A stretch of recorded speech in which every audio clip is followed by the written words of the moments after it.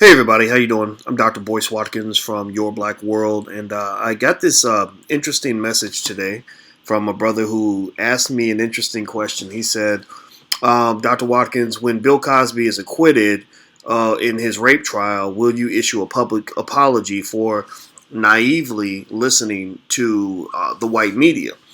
And I told him, I said, no, I'm not. I said I hope that I hope that he's acquitted because I don't think that there's enough evidence to convict him.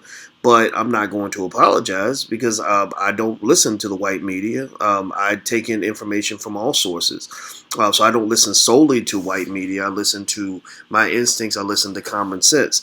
And basically, when it comes to Cosby, I told him, I said, brother, you have to be real careful because number one, not guilty is not the same as innocent. Remember, Cosby settled this whole allegation out of court, and he's paid a lot of money to suppress conversations about alleged sexual assaults over the years. So Cosby is not a person who has a clean slate when it comes to kind of dealing with this kind of thing. And then also, just remember that, in this particular case, it's more complex than just saying Cosby's innocent or Cosby's guilty. It's really a matter of saying, what is the rule of law and how should the rule of law play out here? And the rule of law says that the statute of limitations has passed on most of these allegations. There was very little physical evidence. And the fact that there was very very very little evidence, no police reports, etc. That pretty much says that whether we like it or not, the guy. There's not much you can convict him on. And so in this particular situation, what you're really seeing, honestly, is you are seeing a little bit of a racist witch hunt. You are seeing Cosby kind of being chased after by people who are determined to get a conviction no matter what. You're seeing him being racially targeted the same way any black man would be if he's accused of hurting a white woman. But two things I want you to keep in mind when it comes to Cosby. The first thing is that I don't think Cosby would have the same sympathy for any of us as black men if we were going through the same thing he went through. Remember in his pound cake speech when he was making a joke about how black people get outraged over a black man being shot in the head over a piece of pound cake? And he said, but you don't ask, why did he have the pound cake in his head? So what he's basically saying is if you get shot in the back of the head over a piece of pound cake, it's your fault because you shouldn't have stole the pound cake. Well, it's interesting because, the way he describes his intolerance or his lack of empathy for an injustice against any common black man, he's sort of getting the sympathy for the injustice that he's receiving as a black man. And I think that's a huge amount of hypocrisy and a little bit of just a contradiction. And it's really funny because people who think that Cosby should go to prison, they think I support Cosby. They think I had a close friend email me and say, you shouldn't be trying to defend a rapist. And I said, I'm not defending a rapist. But because on the other side, I've got people saying, oh, well, you a hater, man. You a Uncle Tom. You ain't defending a black man, blah, blah, blah, blah. And I'm like, no, brother, I'm sorry. I go for common sense. I call it like I see it. Here's the thing. If you had 35 black people who were all beaten by police officers, or let's say attacked by the Klan or something like that, and let's say it all happened during an era where black people could not report crimes and actually receive justice. So a lot of black people didn't report what actually happened to them. And then 40 years later, these black people came forward, 35 of them, with 35 different stories that all sounded a lot alike, and saying, look, this guy, came to our house and he did this to us. This guy came to, he did that to my sister, etc. Wouldn't you be offended if people just ignored you? I mean, if people just said, oh, all 35 of them niggas are lying because we know niggas lie and they just make stuff up. They just trying to take a good white man down and blah, blah, blah, blah. I mean, wouldn't you be offended by that? I mean, I think you would be. And so I think that anybody who cares about sexual assault, and I have friends who've been victims of sexual assault, and it's just not funny to me.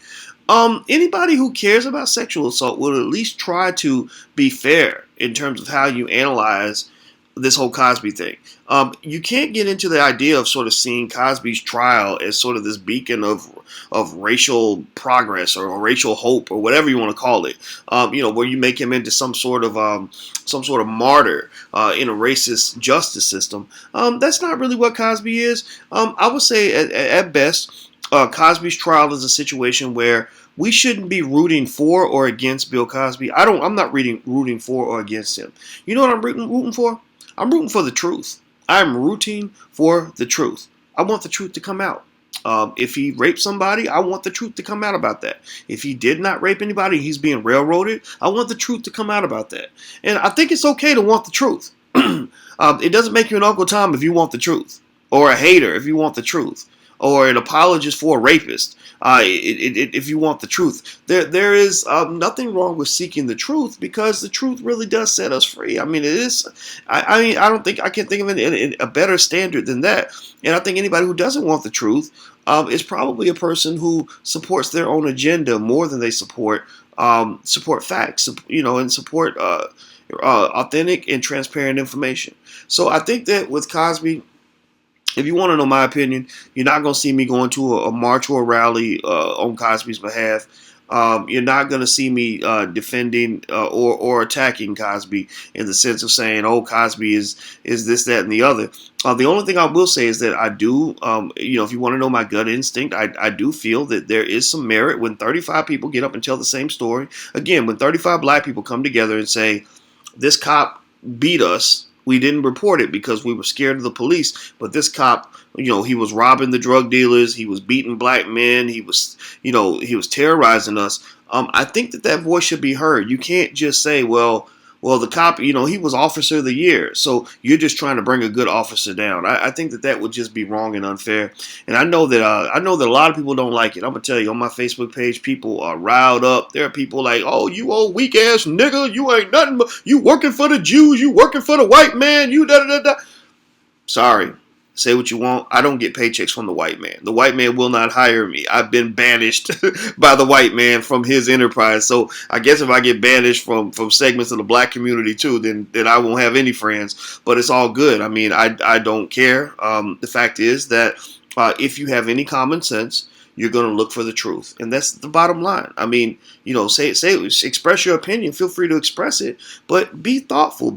Think critically about this. I mean, this is an interesting case study to kind of look at what's going on here. You have the sexism dynamic that 30-something women could all be raped by a celebrity. And remember, one day your daughter might come home and tell you she got raped by a famous football player and that the police ignored her when she reported it. So remember that those women, that's somebody's daughter, especially some of these girls, they were 18, 19, 20 years old. So imagine you send your little 19, 20-year-old daughter up to meet some celebrity who's supposed to be a role model, and your daughter comes back and says she got raped, and nobody believes her. Everybody thinks she's a slut because she was in the hotel room. I don't think you want your child to go through that, or your wife. Some of these women, I think they were married and in relationships and all kinds of stuff. So, just kind of try to be fair on this. But then again, though, hey, if you want to just, use Cosby and make him into something that he wasn't, go for it. But here's the thing.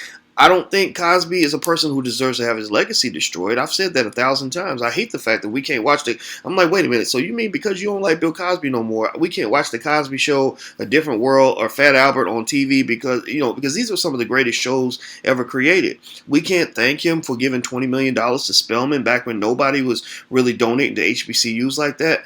We can't honor him for being what he was, on some level. We can't still talk about him as a person who legitimately could be considered some sort of an American hero in terms of entertainment. No, I think that you can look at his legacy honestly and not make him one thing or the other, because he's not 100% rapist. He's not 100% hero. He really is a little bit of both, and that's how I see Cosby, and that's not really going to change. So feel free to share your opinion. Beat me up. I'm a good punching bag. It's all good. I never think very highly of myself anyway, and my ego. I try to keep my ego in check. So maybe beat me down a couple notches will bring me back to earth. So feel free to debate with me. Just bring some facts. Don't bring this whole "you a hater" nonsense. Like, let's just be critical in terms of our thinking as a community, because that's going to be really important for our growth over the next 100, 200 years. All right, everybody. Well, take care. I'm Dr. Boyce Watkins from Your Black World. Please take care. God bless. I'll talk to you soon. Bye-bye.